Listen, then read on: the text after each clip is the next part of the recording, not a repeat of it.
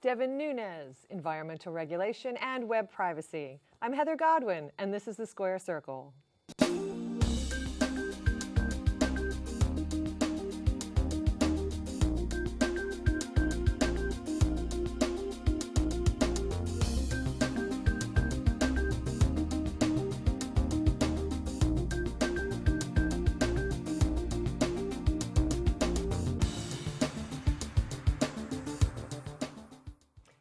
And welcome to the Square Circle. I'm your host, Heather Godwin. Joining us today are Gregory Clay of gdclay.com, Karl Nelson of Intern Media, and political correspondent for McClatchy James Rosen. Welcome, gentlemen. Nice to have you here. All right. The ongoing scandal involving Russia and the Trump campaign has ensnared another victim. This time, White House Intelligence Committee Chairman Devin Nunes. Here's the story from CNBC. House Intelligence Committee Chairman Devin Nunes had a secret meeting at the White House before announcing that Donald Trump may have incidentally been monitored by U.S. agents. Nunes spoke with the source of that claim during that meeting, his spokesman told NBC News. The meeting occurred a day before Nunes made those claims on March 19th. He later backtracked, saying that much of the intelligence he saw was foreigner-to-foreigner conversations about Trump and his team. He has declined to say who provided him with the intelligence reports on which he based his original claims, but some Democrats suspect that the source was someone close to Trump. The bottom line, Nunes had a secret White House meeting before claiming that Trump had been monitored. Mr. James Rosen, House of Representatives Chairman Nunes has made a number of missteps in dealing with this intelligence. Do you think that he should recuse himself? Well, I think if everybody in this bizarre, increasingly bizarre saga recused themselves, there'd be nobody left to do an investigation.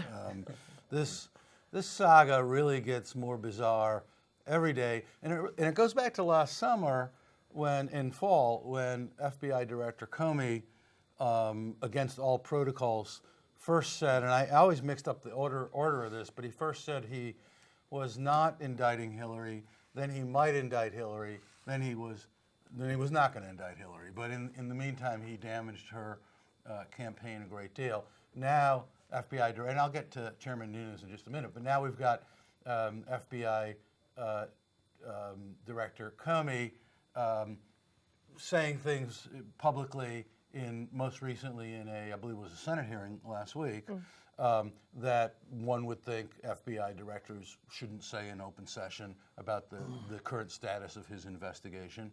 And then finally Chairman Nunes went to the White House, ostensibly, he claimed, to deliver urgent news to President Trump about an investigation that involves President Trump. So this is, I've been in Washington as a political correspondent for almost 23 years, and I don't know that I've ever seen anything more bizarre.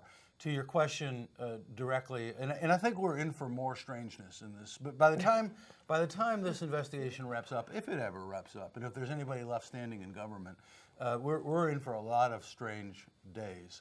And I think to Chairman Nunes specifically,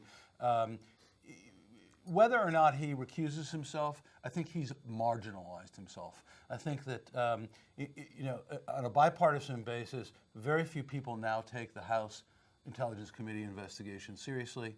It's been badly harmed by his actions and his statements. And really, the Senate Intelligence Committee is where the action is. They're clearly emerging. It's headed by Richard Burr, the Republican, and I'm blanking on the Democrat, but perhaps someone could help me. But Richard Burr is the Republican chairman, and I covered Richard years ago when he first came to Washington in the 90s. I know him pretty well.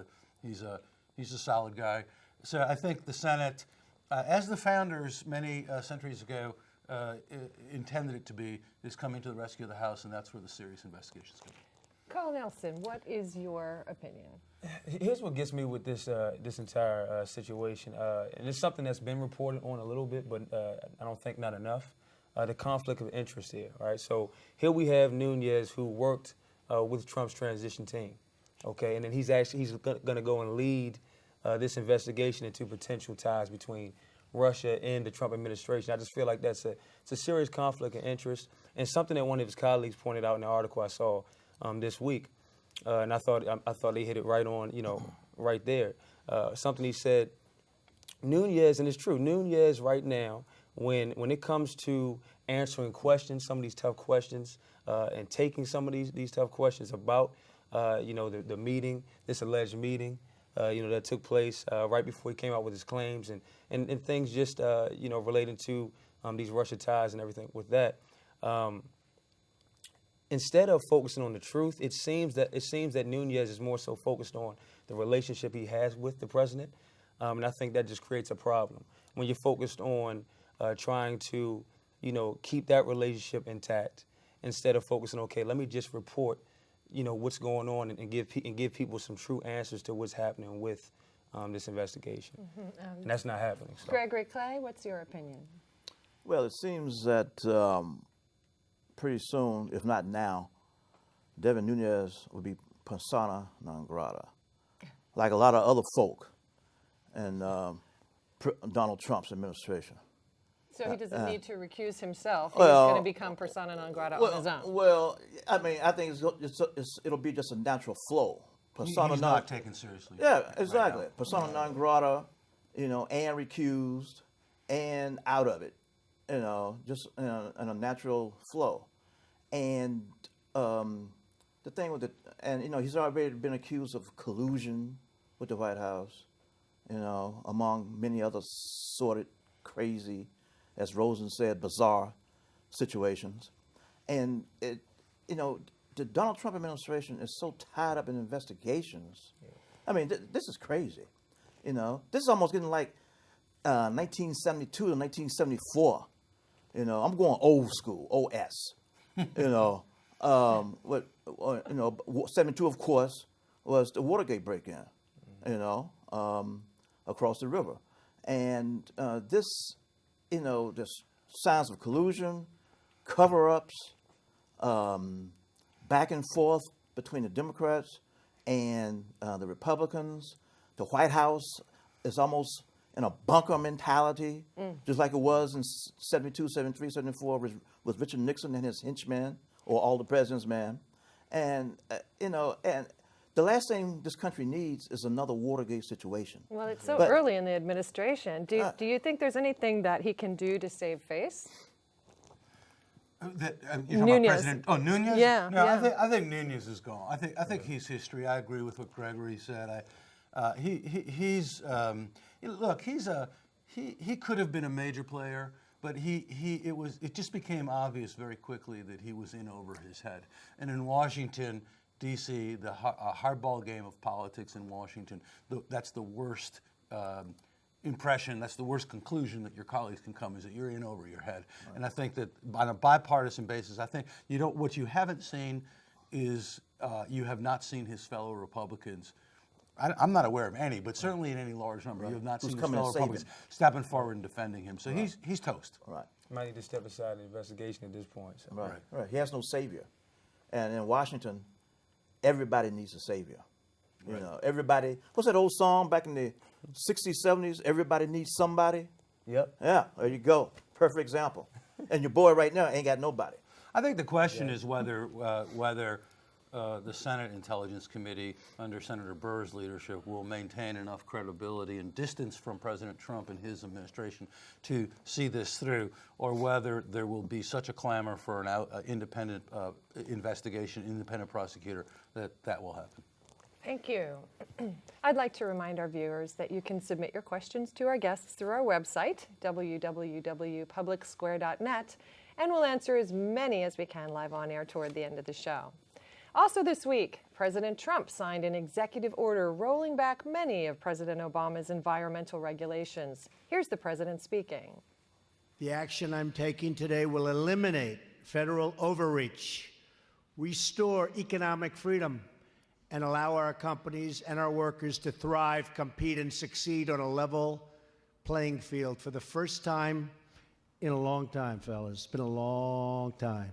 We're going to continue to expand energy production, and we will also create more jobs in infrastructure, trucking, and manufacturing. This will allow the EPA to focus on its primary mission of protecting our air and protecting our water. Together, we are going to start a new energy revolution, one that celebrates American production, on American soil. So, Gregory Clay, have energy regulations hurt our ability to be independent? Well, in regards to the EPA and Donald Trump's rollback of the Clean Power Act and clean air and everything else, Van Jones of CNN on Thursday said that when Donald Trump issued his latest order, that it was, quote unquote, a death warrant for Earth. Yeah. That's pretty strong. That's right. But then, too, remember Van Jones' background. You know, he was set to be Barack Obama's, quote unquote, green czar, you know, during his first term. But because of the controversies involving him and the Republicans, he had to basically, you know, get out of Dodge. But that's a whole other story.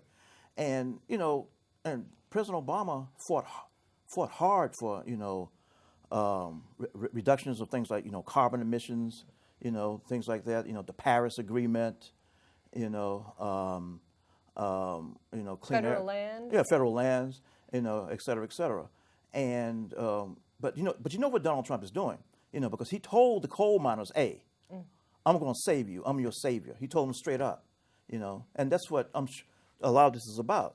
You know, he's going to allow, you know, coal mining again on federal land now. And so that's his promise to the coal miners. But what about the situation of coal miners who are either ill, you know, because of the work, or retired? And a lot of those jobs are not coming back. You know, I don't see how Donald Trump can promise the coal miners, hey, you know, this thing is coming back. You know, no, the thing is not coming back in full force anyway. And I think Van Jones makes a very good point. By leading the coal miners down this belief of the yellow brick road with Dorothy and Kansas and Toto and everything else you can think of, including the Wizard of Oz, that the wizard is coming back, you know, the wizard is not coming back to save you.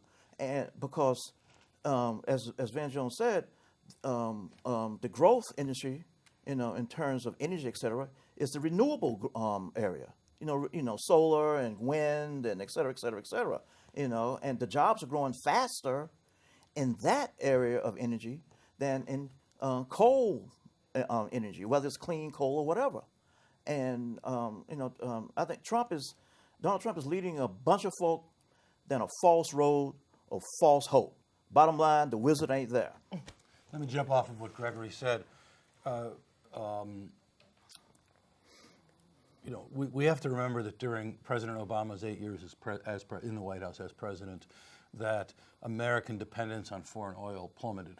I don't have the numbers in front of me, but the United States ended up much less dependent on foreign oil, foreign energy when he left than when he came in. Now, some of that was due to fracking, which ironically environmentalists have problems with, and there are significant environmental problems. But a lot of it also was due to what Gregory referred to, which is the rapid development of alternative energy sources.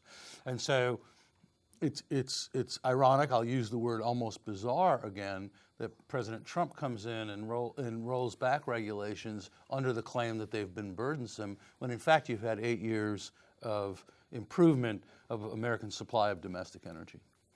Karl Nelson, what's your thoughts? My question is really, does everything the president, at this point, it seems like everything has to be so drastic. Right. And I don't understand that, because I looked at some different articles and just different reporting on this week, and I'm looking at just the intricate details to Obama's order. He had about 10 different policies under this order.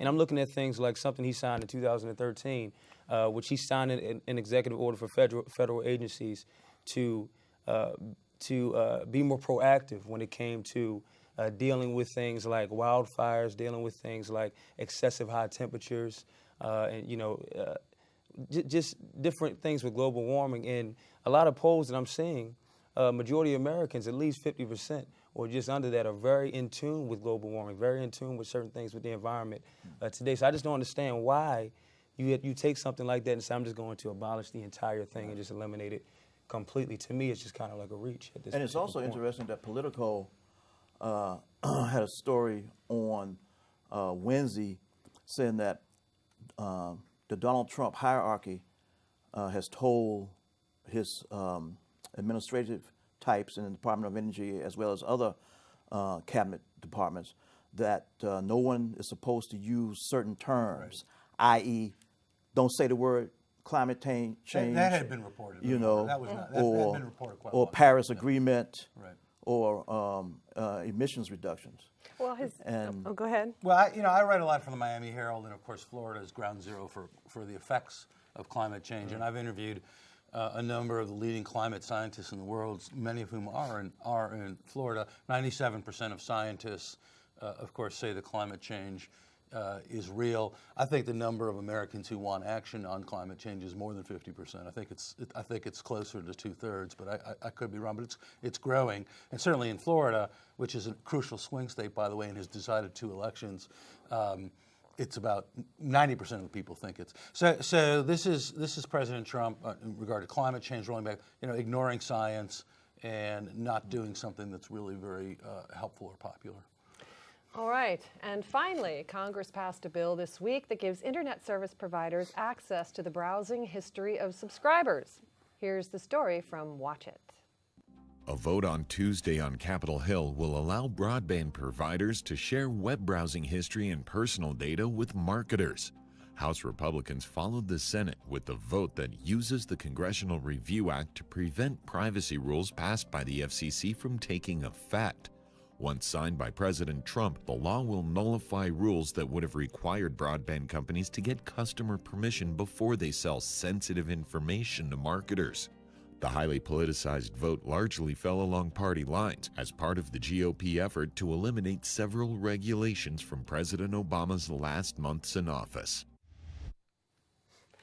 So Karl Nelson with Intern Media, what kind of issues do you think this opens up for internet users? Well, it opens up many issues. There's 2 things that's taking place right now. So when I first saw this, I'm a U.S. citizen, so I'm thinking about this with myself.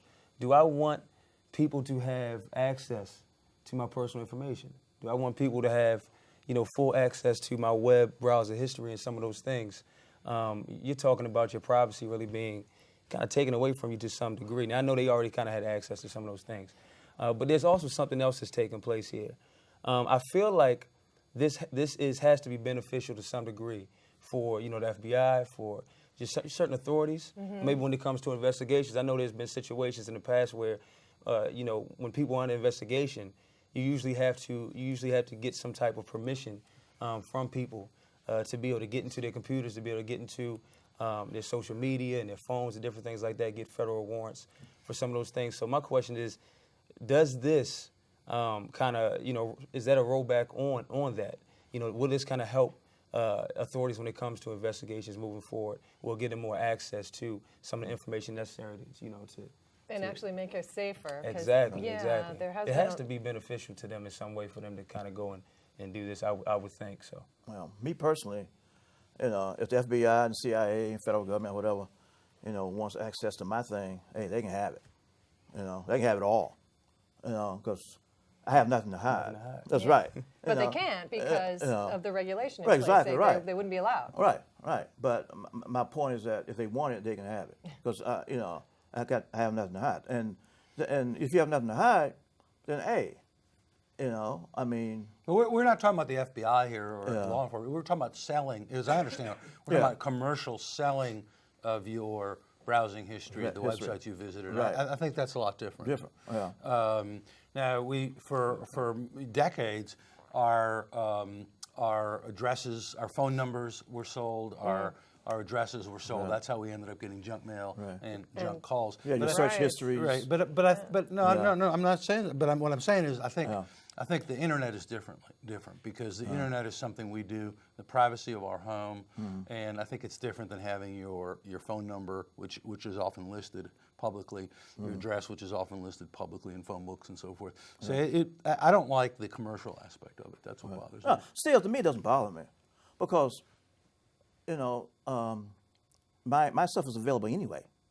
If someone wants to sell my number or whatever, You're easily searchable. Right, exactly. Yeah. No, but not every website you visited. That's not easily available. No, Well, that's what not kind of easily available. issues, James, do you think are going to be a result of this? Well, I think this is an issue that unites that unites libertarian sorts of conservatives on the right, if you will, and liberals on the left. It's, you know, neither of them want this kind of a gross invasion of privacy. And my feeling is when I have a contract with my internet provider, they provide service, and I pay them a certain amount, $80 a month. It happens to be Verizon. I don't think, I mean, I'm sure there's some small print, but I don't like the idea of them taking my internet use, especially as a reporter. Right. So I mean, I'm a reporter and I do reporting at home. And I have confidentiality involved in terms of my research and the sites I visit and so forth. And I just think that's wrong. Well, this is almost like telemarketing, right? Yeah, well, that was my point earlier. Yeah, it's like telemarketing. Yeah. And so nowadays, when people call you in terms of telemarketing, don't they always say, well, you have the option of saying, hey, you never want to be called again? But the difference, here's the difference. Here's an important difference. Telemarketing, they just get your phone number. That's all they get. The equivalent would be if they got a list of every phone number that you called. That I called. And every phone number that called you. Me. And I don't think Americans would be too happy. Because now you're talking about having access to your social security number as well. Right. And like you said, a Bank complete records. history. Right. Exactly. Bank records and everything like that. So that could be a problem. That could be problematic. Well, proponents of it are saying that this is actually going to make it better for consumers because when they capture all that data, they can only, be more understanding of what your likes and needs are, and actually create better programs. And Well, for me, they still can have it, regardless. You want it, take it. Just take it. That's Just right. take it. You want it, take it. does it scare any of you? Do you think there's more? No, it doesn't scare me at all. More options for fraud out there now. Oh yeah, absolutely. Oh yeah. It definitely increases the chance of fraud. There's no doubt about it because you don't know once you start selling this kind of stuff, you don't know in whose hands it's going to end up. There's enough options for that now too. Right. But this just makes it worse. Now, if they start talking, give you a cut now, Then it might be. hey, I bet you a whole lot of folks start changing their mind. If you know what I mean. Monetize it. If you say, hey, you can have my number and who called me and who But, I call, every et cetera, call et I cetera, get, and you cut me a make it check like clicks. every yeah. quarter. And That's a whole different ball. by the game. way, there's guaranteed. there's a whole different ball. game. there's a way to go incognito on Chrome, Internet Explorer, and all these in sites. a And I think if VPN. you do go incognito, I don't think it becomes part of the record. All right. Well, let's take some questions from our viewers.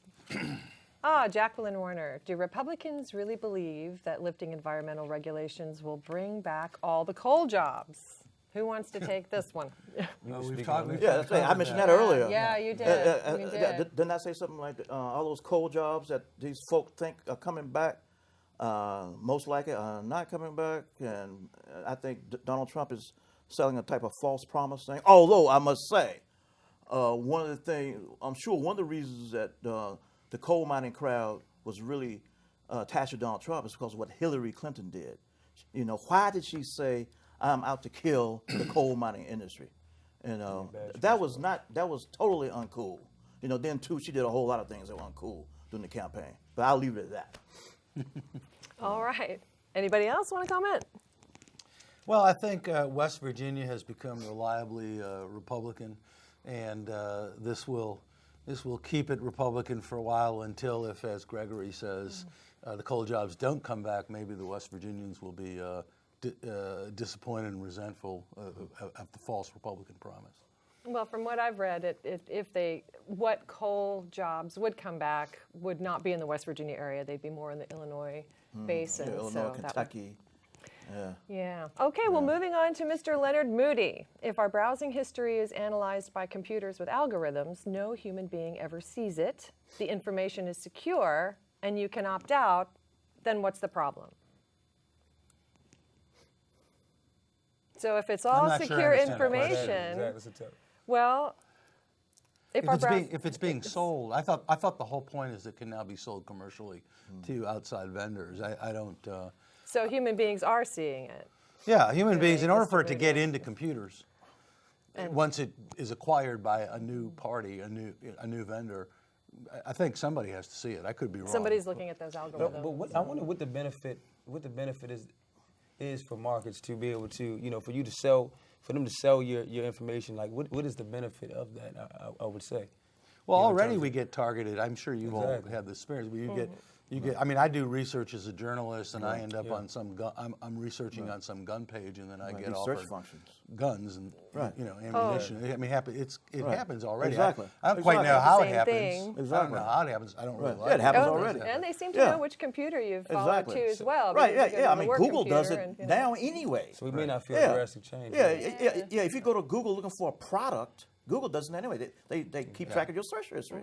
If you go to Google looking for a product, and then you go to another web page, like a newspaper web page, all of a sudden you see on the side there, on that right the rail, advertisements. Yes, there are they have things followed that you. suddenly, They have oh, followed I you. have an interest in that because I did a search for that. So we're not really gonna feel much of a difference. I just think it'll be an apple. Okay. It'll get worse. All right. Well, thank you, gentlemen. And now Cut, it's check. time for the most underreported stories of the week. Who would like to start? I'll start. I think that boy, I'm kind of like BuzzFeed. I'm high energy this week. But this is a story that my company, McClatchy, in cooperation with Marist College, polling outfit, has just reported. So it's just getting out there, but it's a fascinating story. It says that 65% of Americans oppose repeal of Obamacare. 65%. That's up 15% just since the election. And even more amazingly, according to our poll, 57% of Republicans oppose repeal of Obamacare. And I think what that speaks to is that President Trump and Speaker Ryan have done a horrible job of coming up with a viable replacement bill and of assuring Americans that millions of Americans won't lose their health insurance. I'll take the ball next. We're coming up on the anniversary for 1999 Columbine shooting. It took place on April 20th. We're coming up on that now. And I don't know if you guys saw the story or not, but an 18-year-old honor student from Maryland was actually planning to do a similar attack. Father. Thank God for the parents, because the parents stepped in. They were in tune with their child. They saw something was wrong, and actually saw the journal of their child, and that's when they went to the proper authorities. Right, the father turned him in. Exactly, and they saved her life and saved some other lives in the process. Right, exactly. Yeah. Okay, I'm going NHL. NHL. That's right. National Hockey League. That's right. Go Caps. Somebody got to do it. Might as well be me, Gregory Clay. The Detroit Red Wings. My time. 25 years of being in the playoffs. 25 consecutive years. Consecutive Years. This season will be the first time since 1990. Wow. During the Cold War. Yes. The Detroit Red Wings will not be in the playoffs. That is an amazing run. The last time before now that the Red Wings were not in the playoffs, we had West Germany and East Germany. Not anymore. I'll leave it at that. All right. Well, that's all for this week. I'm Heather Godwin, and thanks for watching The Square Circle. We'll see you next week.